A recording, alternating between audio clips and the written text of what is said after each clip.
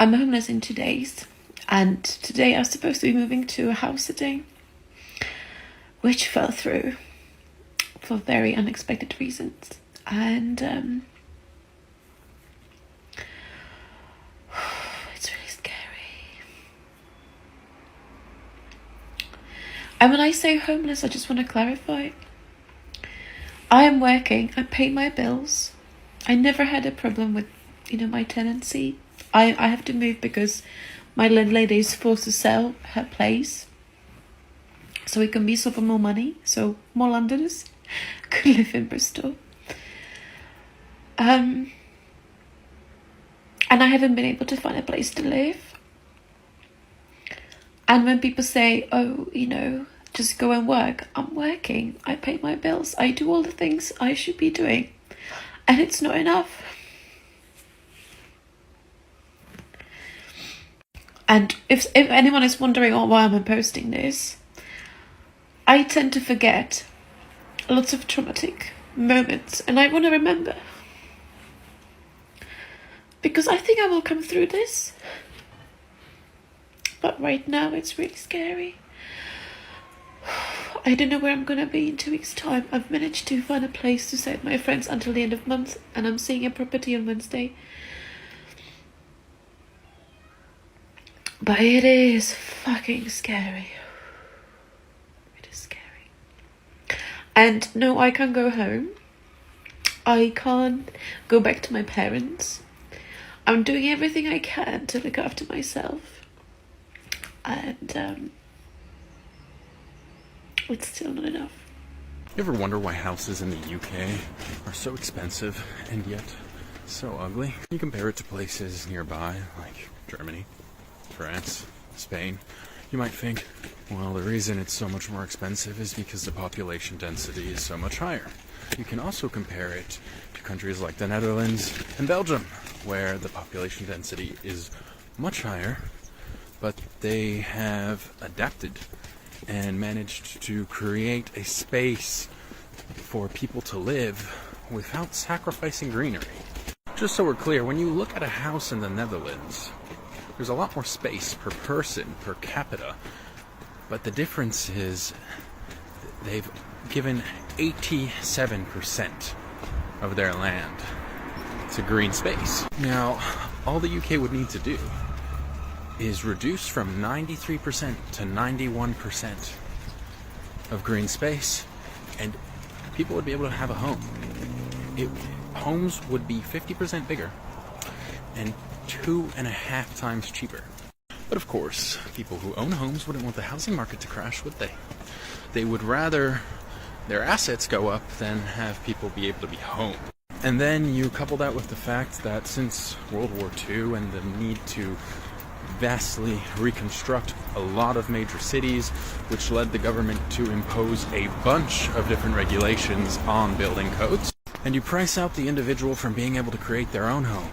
Only 7% of homes are made by the individual in the UK. So what ends up happening is only developers can create. And they create blocks and blocks of houses that all look the same. Or, there's an ABC type housing.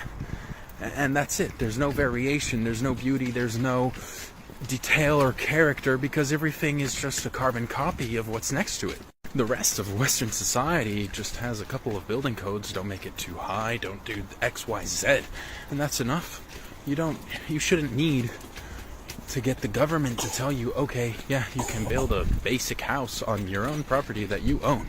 But people would rather blame immigration than just take a look at the government regulations ruining their own country. Right now I'm in Dubai and I'm here to buy my 4th international investment property. Right now I'm in London and everyone here can't afford their rent or can't use the electric because they can't afford to turn it on. They're already been evicted, or they've already been homeless for 5 months and can't find a new place to live.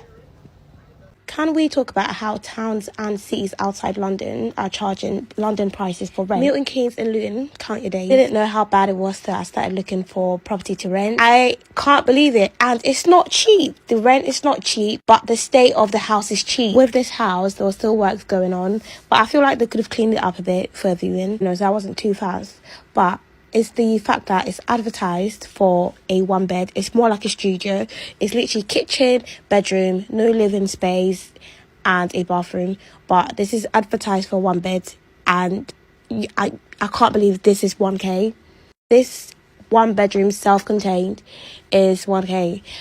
We're actually in the trenches. So the UK government is now dishing out 5-year guaranteed rent contracts to private landlords. Not for ordinary Brits, not for young families, but for asylum seekers. Yes, while you're out here refreshing Rightmove like it's Tinder, hoping for a miracle under 1,200 quid, Serco is offering landlords guaranteed cash, no hassle, fully funded by you. The same taxpayers who can't even get a doctor's appointment without begging and waiting weeks on end. Thousands of homes are being pulled from the private rental market, just as an entire generation of British people can't afford to leave their parents' house. And what's the government doing for you? Absolutely. Let's be clear. This isn't compassion. It's a two-tier system where the people who built this country, who work, obey the law and pay every bill, get pushed to the bottom, while those who just arrived get handed the keys. Loyalty means nothing. Being British gets you nothing. This isn't a housing plan. It's a betrayal. And we are not staying silent anymore, because if we don't speak up now, then who will? BlackRock bought £1.4 billion worth of what we call single family homes in the UK in 2024. The challenge with this is that now the private rented sector accounts for over 20% of all housing available to the UK population. Every single year, more private equity pumps into the housing market, buying up what little housing we are producing. And that's really the issue. We have some of the worst housing starts and new construction projects this year as we did since the heart of COVID. So as we produce less and less homes, and as those homes that we do produce are bought up by private equity in the thousands and thousands and thousands, we're entering into a market where we'll have to rent. And if we can afford to buy, those houses that are on the open free market will be astronomical. So what do we do about this? Either we suck it up and we take it, or focus on acquiring assets, whatever assets you can, because they will rise with the tide. A London council is now looking to buy back council leasehold properties. And if this doesn't highlight market inefficiencies in the housing crisis in London, I don't know what does. Now, these are the exact same properties that Thatcher sold under the Right to Buy scheme in the 70s. Now the council is buying them back at the inflated prices of today, from the very same people that they sold them to. You just can't make this stuff up. What a complete waste of taxpayers' money. Now, this is no shade to anyone who's able to purchase a property under the Right to Buy scheme. Kudos, hats off to you. But it just seems super inefficient for a council to sell a property for one price and then buy it back years later at the grossly inflated market price. And the fact that councils are having to do this when they don't just go ahead and build properties, and this method is somewhat cheaper than building new houses, is just incredibly inefficient. And it just goes to show the scale of the housing crisis throughout the UK, but particularly in London. Seeing this today absolutely shocked me, and I think future generations are absolutely cooked, especially if you're living in London. More and more needs to be done from a government level to increase the levels of housing stock. But at the same time, there's a massive conflict of interest because a lot of MPs are private landlords themselves. So why would they increase the housing stock when they're making so much money out of the fact that there is a housing shortage in the UK and especially in London? Let me know what you think in the comments below, but I think this just highlights the scale of the issue. I mean, it really feels like we're living in the end times. I'm just symbolic of probably hundreds of thousands of working class Brits that have just been pushed to the back of the queue by this society. It's really these greedy politicians and corporations are to blame. Some other groups in the world that I can't really talk about. I'm actually walking to the Housing Association right now to complain about the poor service I received. The washing machine was fixed, now the pipe's leaking again. They do not take you seriously unless you rock up there in person and get a bit agitated with them, get a bit aggy. Hello. This is the Housing Association, right? Yes, but the office is closed. It's always closed. I just wanted to speak to someone about my flat. I have constant repairs that aren't getting fixed. Have you reported the repairs? Yeah. The office is actually closed. We're open Tuesdays and Thursdays for 2 hours. Why are you here then? I don't understand. Why is it only open 2 days a week? And it's been that since It's been 5 years now. Fair enough. Alright, well, I guess I'll leave you alone now. According to the Office for National Statistics, for you to get a home in a flat like that, you'd need to have 8.6 years of disposable income, or around £35,000 just to put down a deposit. Now, one of the reasons that's being blamed for the unaffordability of housing, which has halved since the 1990s, is the fact that you have just 3 major house building companies who make about 32% in terms of profit every single year. That's supernormal profits. And they've paid out £16 billion in dividends in the past 16 years. We're talking about Persimmon Housing, we're talking about Taylor Wimpey, we're talking about Barrett Housing as well.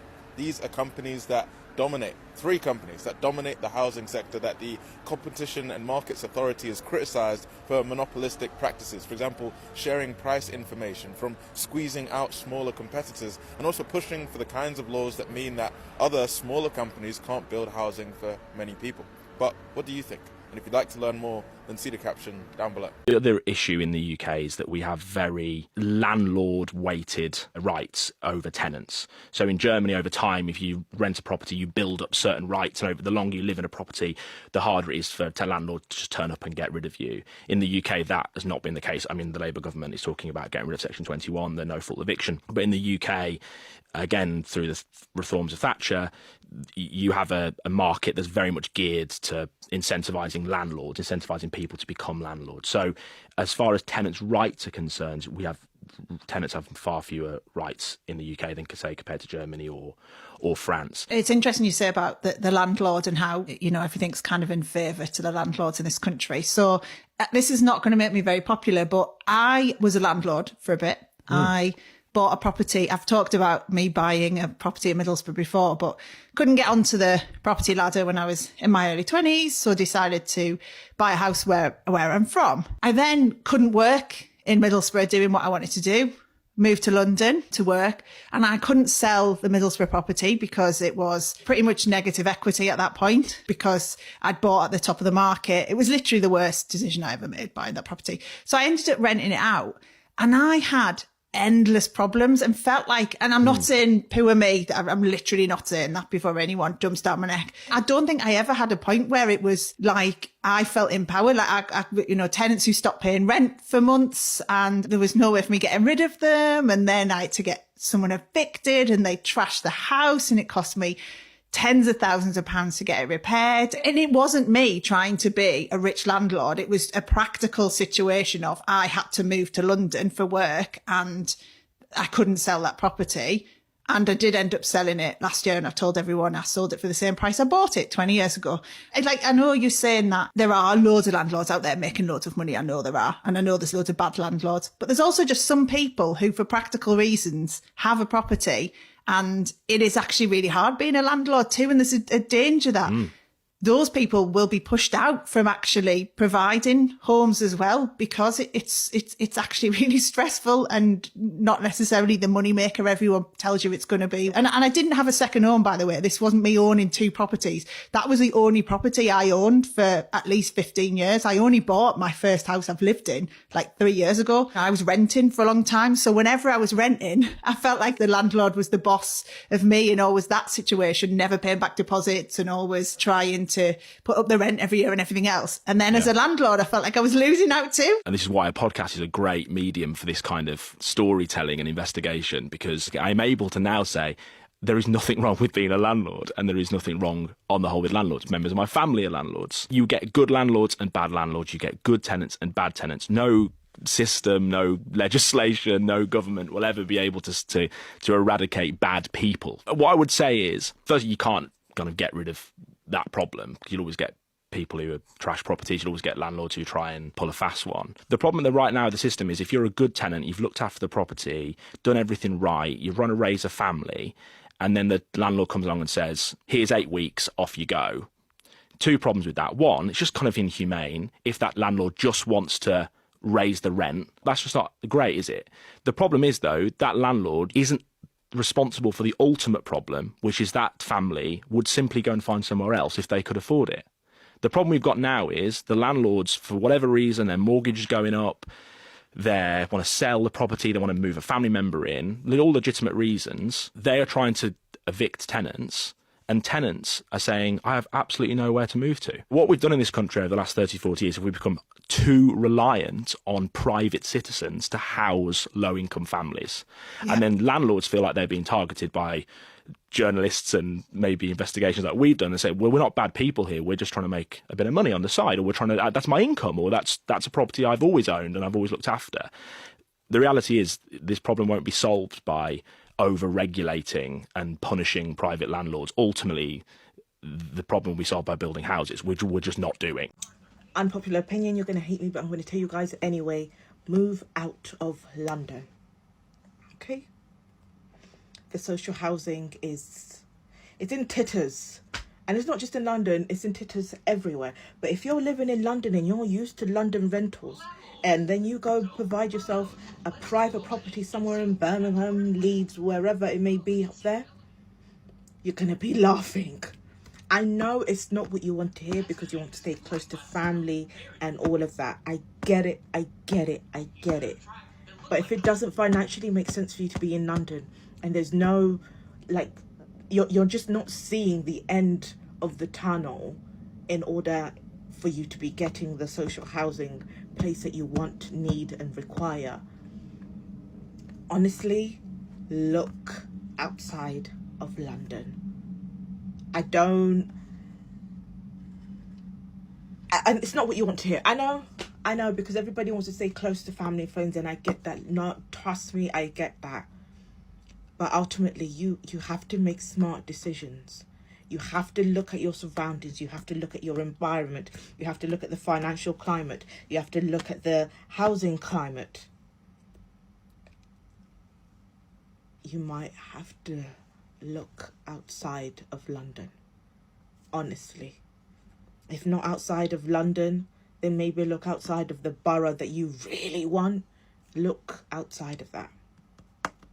Because there may be a possibility or an option for you there that you don't have in, I don't know, Croydon or Romford. I'm just saying. Don't kill me. It's not what you want to hear. I get it. Trust me, I get it. But you got to do what you got to do to survive, okay? Where are the plans to build 3 million new homes in addition to the existing new homes, and where? Well, I mean, amen, exactly. So the government's building around 180,000 homes a year at the moment in England and Wales. On current estimates, we need to build somewhere around 550,000 homes to keep up with demand. On top of that, we've now got growing competition from illegal migrants and asylum seekers who, as we've learned this morning, I've just put this story on X, are now being moved out of temporary accommodation into council houses and rented accommodation that is undercutting local British people, which is, again, outrageous. The housing crisis is going to accelerate and intensify over the next 5 to 10 years unless we, A, have a big house building program, and B, dramatically curtail and limit and lower the overall level of migration into the country. Those are the two things essentially that have to be done. Now, there's also a story which has been buried in the news, but I'm about to share it on social media this afternoon on X. From Kent, a county I know well. I was at the university for many years, where Kent councils say because of the demands that are now coming from the illegal migration crisis, they can't even provide basic services to local children and families, which again is just absolutely outrageous, because what you've got are lots of local councils that are near bankruptcy or are bankrupt, trying to provide core public services and then being asked to suddenly find and make available housing and public services for an illegal migration crisis that nobody in power wants to solve. I mean, it's all completely, utterly ridiculous. But that's an example of where housing is becoming a really big proxy, a really big symbol, a lightning rod of this bigger debate about what's happening to the country. So I absolutely agree. The UK housing market is well and truly cooked. If you haven't bought a house already in the UK and you're thinking about buying a house, if I were you, my best advice would be to pause, relax for a second. Don't get ahead of yourself, because it has been confirmed. We've been knowing this for a while now, but it's been confirmed. UK housing is the worst value for money of any advanced economy currently in the world. All you have to do to see the facts of this is go onto Zoopla, go onto Rightmove, look at any property. Like, obviously, don't get me wrong, there's some areas of the UK whereby house prices are somewhat respectable. But even outside of London, 2-bedroom flats are costing you upwards of £250,000, £300,000 at a go. What is wrong with your... I don't understand the UK. They make me at a loss for words, because this is not the life that we should be living. Now, when you're talking about value for money when it comes to buying a property, you're talking about how much space are you getting for the amount of money that you're paying. And clearly, we can see that England and Greater London is a shambles when it comes to the amount of space that you're given for the amount of money that you have to pay. It's crazy. Tokyo is famously overpopulated, and they're saying that there's so many young professionals there, so many families that are living there, that they're living in such cramped conditions. London is on a level footing. The only place that is, well, from this list anyway, that we can see that's worse is Paris. And yeah, there's not too much that can be said about them, man, there. These are the living conditions, or at least some of the living conditions in Tokyo that people are residing in, people are living in. London is on a par with this.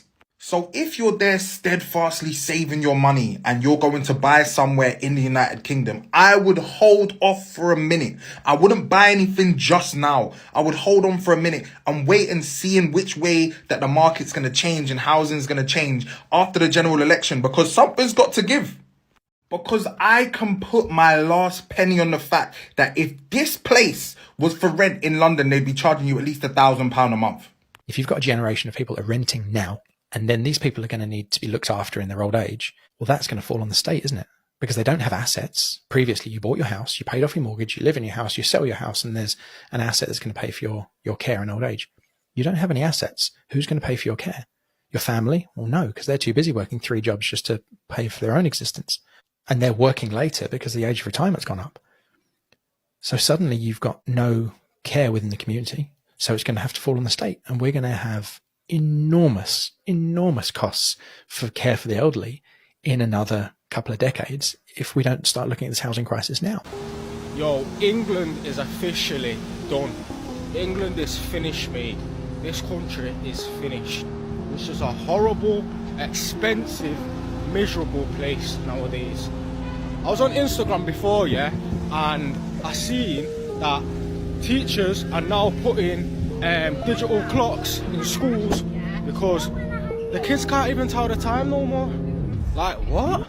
For one, it's a school, so teacher, and for two, it's like, in 20 years, these are going to be the people of our country, the adults of our country. Like, I'm telling you, give it 20 years, this country is going to be one of them Brit-off European countries like Poland or Ukraine or somewhere that no one wants to go, bro. Another thing, yo, life's getting so expensive, bro. It doesn't make no sense.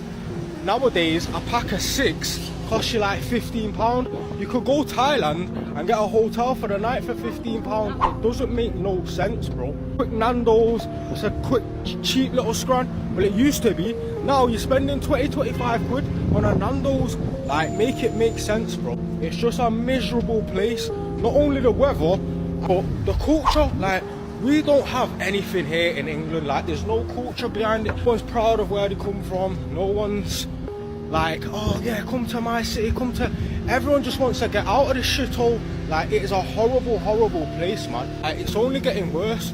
So, if you can get out, I suggest you do get out. If you can't, plan on finding a way to get out. And if you are looking to get away, shout me, because in the next 3 weeks, I'm jumping on a one-way flight and I'm out of this bitch.